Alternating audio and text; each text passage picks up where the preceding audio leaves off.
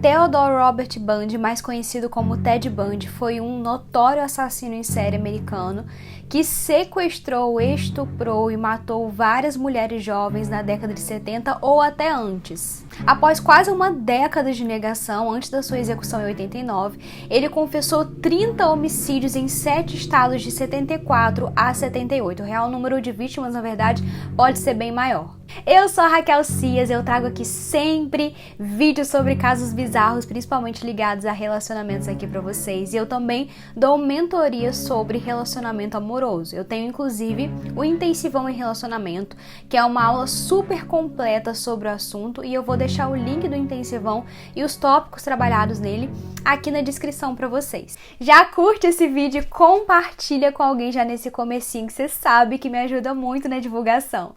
Bom, ele era considerado um homem bonito, carismático, traços que ele utilizava para conquistar a confiança das vítimas e da sociedade em geral.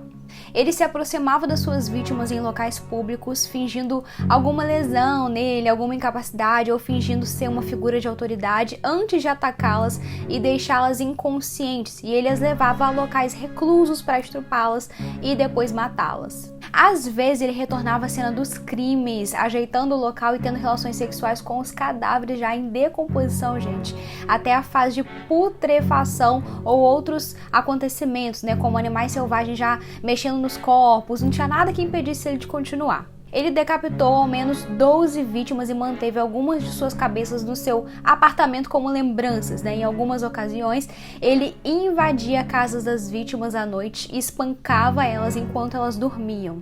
Ted foi criado pelos avós que se passavam por seus pais adotivos. A mãe dele, Eleanor, ela era apresentada na verdade como se fosse a irmã dele, só que isso mudou quando ela encontrou o homem que se tornaria o padrasto do Ted e que lhe daria o sobrenome Bundy. A infância dele na casa dos avós também teria sido um problema grande. Ele convivia com as explosões de violência do avô, que muitas vezes agredia a avó.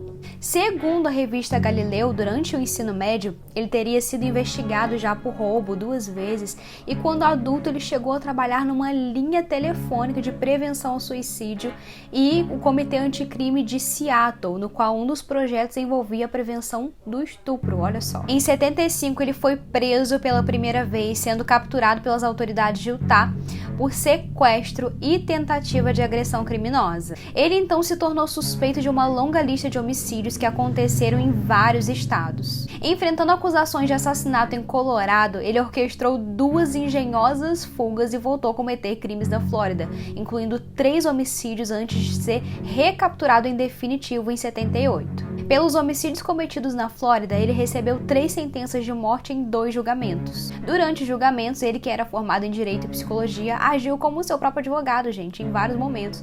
Ele concedeu entrevistas a jornalistas, atraiu uma enorme atenção da mídia, pelo jeito dele, pelo carisma. Ele tentou usar esse interesse midiático a seu favor e resistia a confessar, pelos seus crimes, numa tentativa de adiar a execução dele. Só que ele foi levado para a cadeira elétrica na prisão estadual da Flórida. A biógrafa Anne Rule, que havia trabalhado junto com Ted, descreveu ele como um sociopata sádico que tirava prazer da dor de outros seres humanos e do controle que ele exercia sobre as suas vítimas ao ponto da morte e até mesmo depois. Uma vez, ele mesmo se definiu como o filho da mãe de coração mais frio que você já conheceu. O advogado Paul Nelson, que era um membro do seu último time de defesa, escreveu que ele era a própria definição do mal sem coração. Uma vez que ele atraía suas vítimas para a porta do carro, muitas vezes dizendo precisar de ajuda para carregar as compras, ou aparecer com uma muleta ou com um braço engessado. Ele batia nas vítimas e levava elas embora para depois, de uma forma reservada, desfrutar das suas mortes. Ele preferia matar mulheres jovens e brancas. Uma de suas vítimas, no entanto, tinha só 12 anos de idade. Ela tinha cabelos longos, lisos e repartidos ao meio. A revista Galileu escreveu que o modus operandi dele evoluiu em organização e sofisticação ao longo do tempo, como é típico mesmo dos assassinos em série, de acordo com os especialistas do FBI. Logo no início consistia na invasão de uma casa, durante a noite, seguida de um ataque violento enquanto a vítima dormia, mas à medida que a sua metodologia evoluiu, ele se tornou progressivamente mais organizado na sua escolha de vítimas e cenas de crime. Uma vez perto ou dentro do seu carro, a vítima era dominada, espancada e algemada antes de ser abusada e estrangulada. Ele admitiu ter mantido alguns corpos no seu apartamento por um período antes de descartá-los, tendo chegado a decepar a cabeça de 12 desses corpos com uma serra. No caso de Donna Manson, por exemplo, Ted teria utilizado a lareira da sua ex-namorada para incinerar a cabeça decepada. E era assim, gente, quando os corpos não eram guardados, eles eram levados para locais pré-selecionados, né? Muitas vezes uma distância bem considerável de onde ele havia sequestrado as vítimas. No local de desova do corpo, ele removia e queimava as roupas das vítimas e ele também cometia necrofilia, voltando aos corpos para vestir, maquiar, pintar as unhas e até mesmo tirar fotos. Ted admitiu que tinha um apetite insaciável também por pornografia violenta. E em 78, uma semana depois de ter assassinado uma menina de 12 anos, ele foi parado pela polícia e como ele dirigia um carro roubado, ele acabou sendo preso. A polícia que o procurava ouviu então diversas testemunhas e encontrou evidências físicas que ligavam ele a 3 assassinatos, dentre elas um molde feito a partir de marcas de mordidas encontradas no corpo de uma das vítimas. No caso da menina de 12 anos, também foram encontradas fibras da roupa de Ted na cena do crime.